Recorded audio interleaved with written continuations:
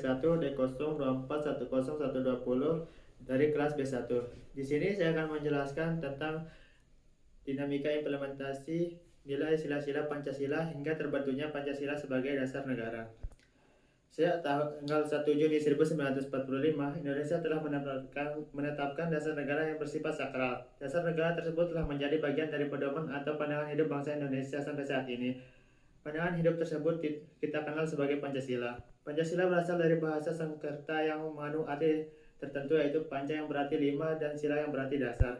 Pancasila adalah landasan dari segala keputusan bangsa dan menjadi ideologi tetap bangsa serta mencerminkan kepribadian bangsa. Pancasila memiliki lambang setiap silanya dan juga memiliki arti. 1. Bagian tengah terdapat simbol bintang yang melambangkan sila pertama Pancasila, yaitu ketuhanan yang Maha Esa. 2. Di bagian kanan bawah terdapat rantai yang melambangkan sila kedua Pancasila, yaitu kemanusiaan yang adil dan beradab. 3. Di bagian kanan atas terdapat gambar pohon beringin yang melambangkan sila ketiga, yaitu persatuan Indonesia.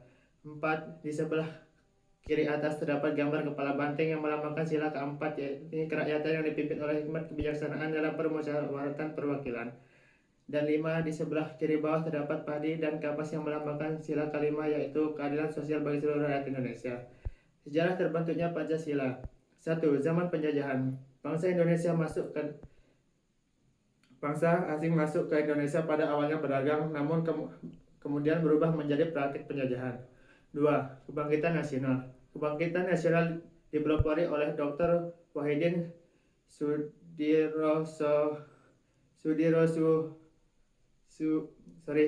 Sudirohusodo dan Budi Utomonya. 3. Zaman penjajahan Jepang.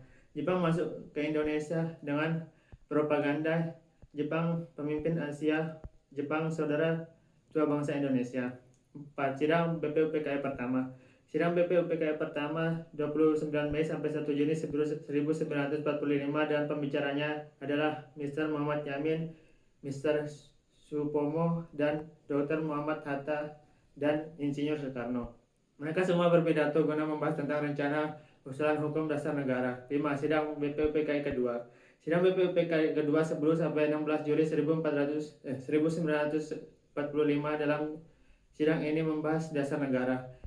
Dalam sidang ini dibentuk panitia kecil terdiri dari 9 orang yang populer disebut dengan panitia 9, yang anggotanya adalah sebagai berikut: Insinyur Soekarno, Wahidin Hasim, Mr. Muhammad Yamin, Mr. Maramis, Dr. Andes Muhammad Hatta, Muhammad Subarjo, Kiai Abdul Khair Muzaki, Abi Kusomo,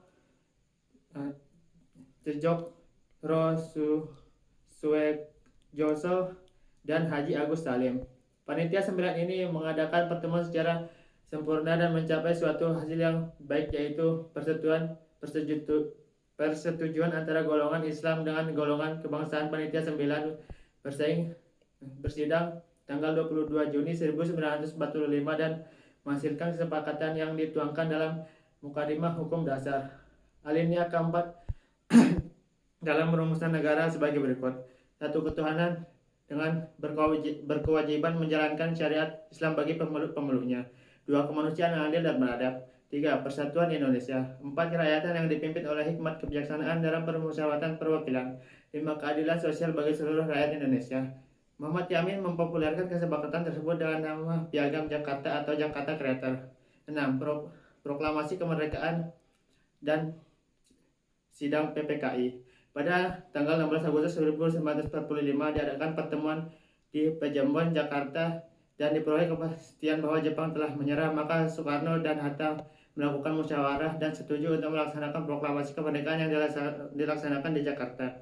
Kemudian pada tanggal 17 Agustus 1945, Bung Karno dengan didampingi Bung Hatta membicarakan naskah proklamasi dan hikmat. Pada tanggal 16 Agustus 1945 diadakan sidang PPKI untuk mengesahkan UUD NKRI tahun 1945 dan Pancasila sebagai dasar negara. Kesimpulan dari penjelasan ini adalah Pancasila merupakan dasar negara bangsa Indonesia yang terdiri dari 5 sila.